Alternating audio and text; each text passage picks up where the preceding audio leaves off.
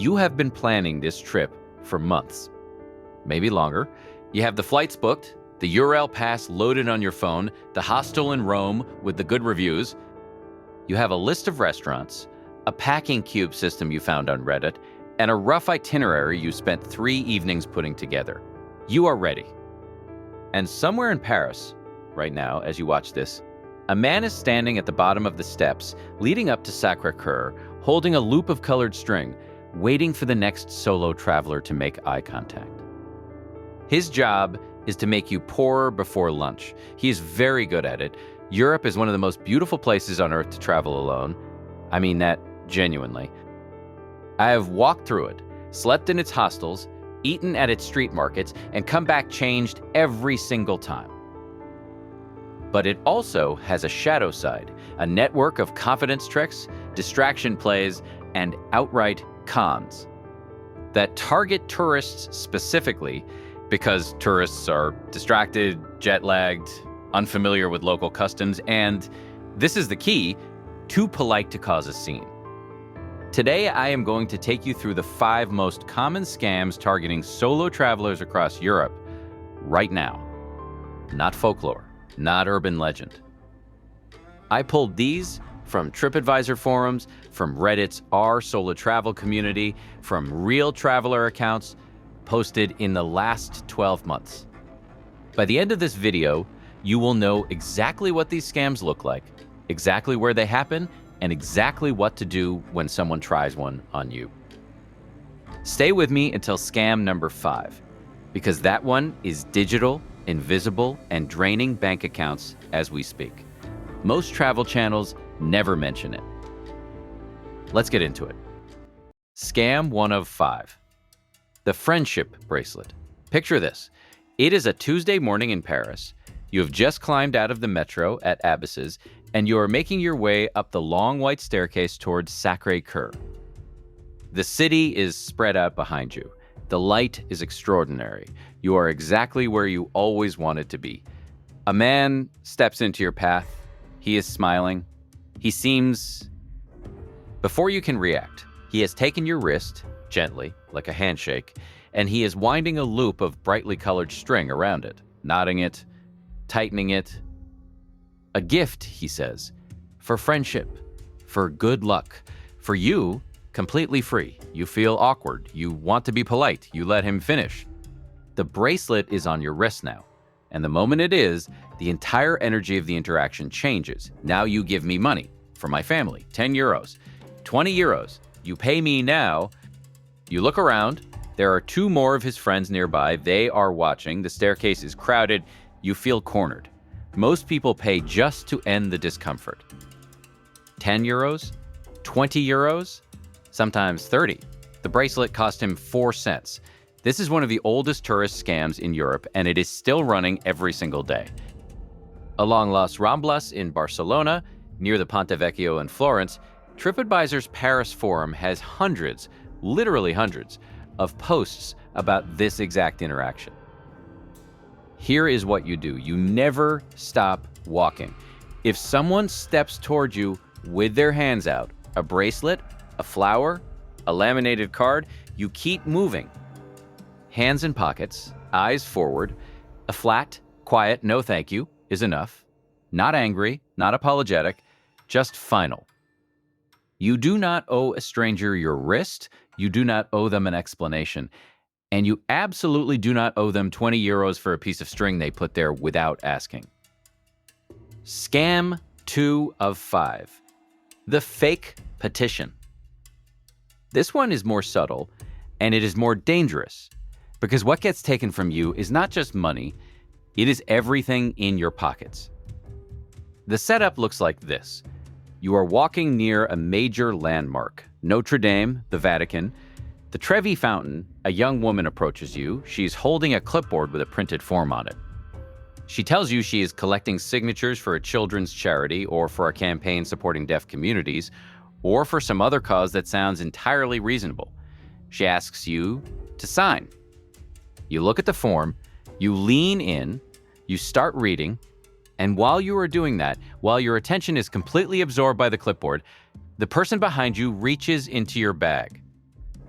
The charity does not exist. The clipboard is a prop. The woman with the form and the person behind you are working together, and the whole interaction is choreographed. To unzip your backpack and remove your phone, your wallet, or your passport. This scam is everywhere.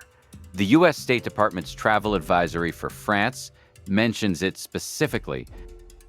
Reddit's r solo travel has post after post from travelers who signed the form and only realized something was wrong when they reached for their phone 20 minutes later and found nothing there. The rule here is simple. You do not sign anything given to you by a stranger on the street. Full stop. You do not need to read it first. You do not need to explain why.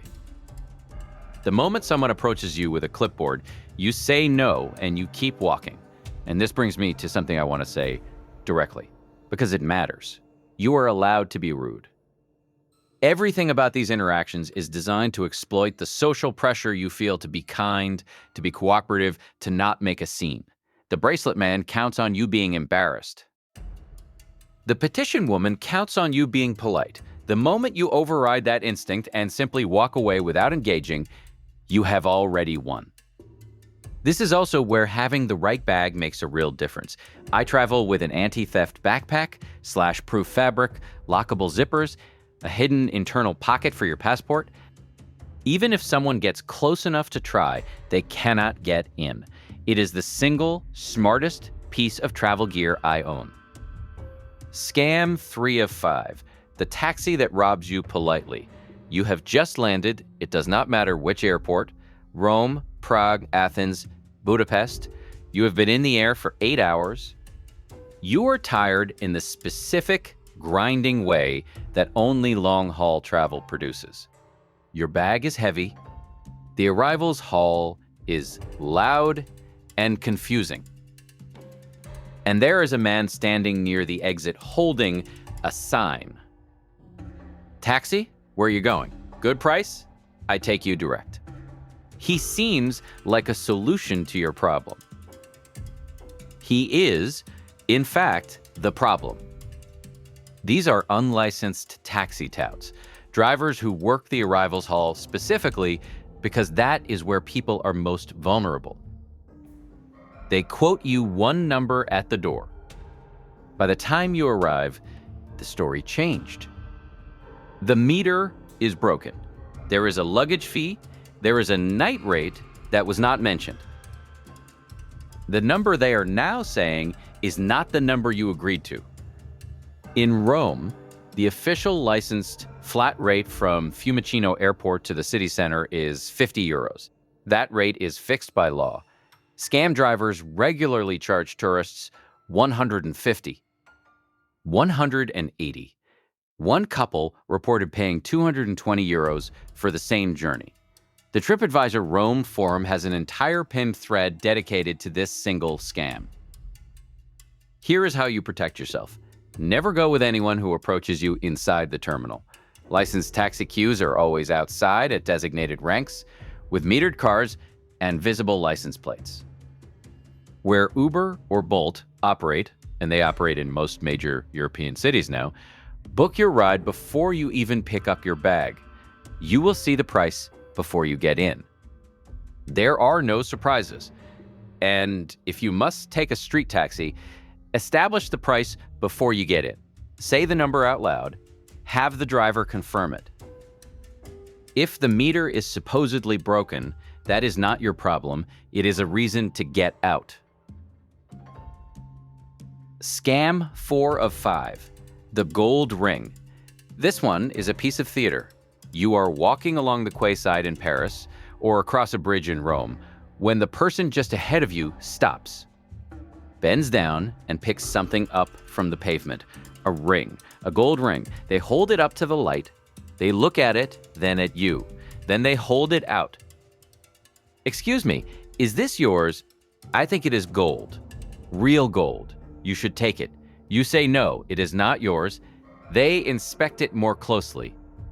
They say they cannot keep it. They do not need it, but it seems too valuable to leave on the ground. So they will sell it to you. A good price. Very cheap. 20 euros for something worth much more. The ring is brass. It is worth approximately nothing. You are about to pay 20 euros for a prop. There is a cruder version of this scam that involves a wallet instead of a ring. Someone drops their wallet near you and then accuses you of taking money from it when they pick it up. Both versions run on the same engine: manufactured urgency, social awkwardness, and your reluctance to cause a scene. A thread on RE Europe describes this exact interaction. Nothing appears at your feet by accident in a major tourist zone. If something falls, drops, or materializes in front of you, that is the scam. Walk past it, do not pick it up. Scam 5 of 5. The Wi-Fi that watches you. Everything we have talked about so far, you can see coming. There is a man, there is a bracelet, there is a clipboard, there is a driver who quoted the wrong price. This one you cannot see at all. It happens in hostel common rooms, in airport departure lounges, in the cafes along every tourist strip. It happens while you are sitting quietly drinking coffee, thinking you are perfectly safe.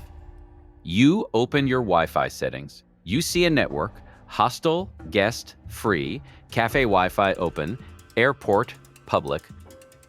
You connect, the connection works, pages load, you check your email, you log into your bank to make sure your account transferred correctly, you send a photo of your passport to yourself, and somewhere, maybe in the same room, maybe in a car parked outside, someone is watching every single packet of data you just sent.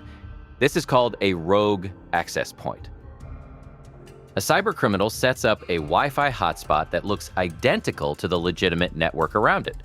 When you connect, all your traffic passes through their device before it reaches the internet. They can see your logins, your emails, your banking credentials, the passport photo you thought you sent safely to yourself. You will not feel it happening.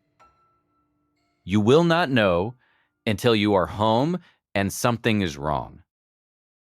An account locked, a password changed, a bank charge you do not recognize from somewhere in Eastern Europe. NordVPN published research showing that rogue hotspots are most concentrated in exactly the kinds of locations solo travelers use most: airports, hostels, tourist cafes. The R cybersecurity community has threads on this stretching back years, and every year travelers discover it the hard way. The fix is a VPN. A virtual private network encrypts your connection before it leaves your device. So even if you are connected to a rogue network, the person running it sees nothing but scrambled noise. From that moment, you are invisible to anyone trying to intercept your data. It costs less than a single coffee in Paris. Let me leave you with something that matters more than any specific scam. Every single one of these tricks works because of hesitation. Because you stop and think, because you do not want to be rude, because you feel like you owe a stranger something for approaching you. You do not. A scammer's best tool is your politeness. Your second best weapon, after knowledge, is decisiveness.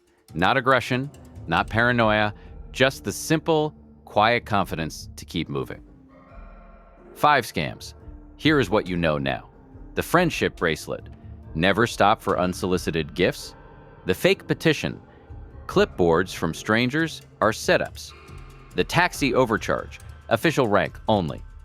The gold ring. Nothing appears at your feet by accident. The rogue Wi-Fi VPN on before you connect to anything public. Every time. No exceptions.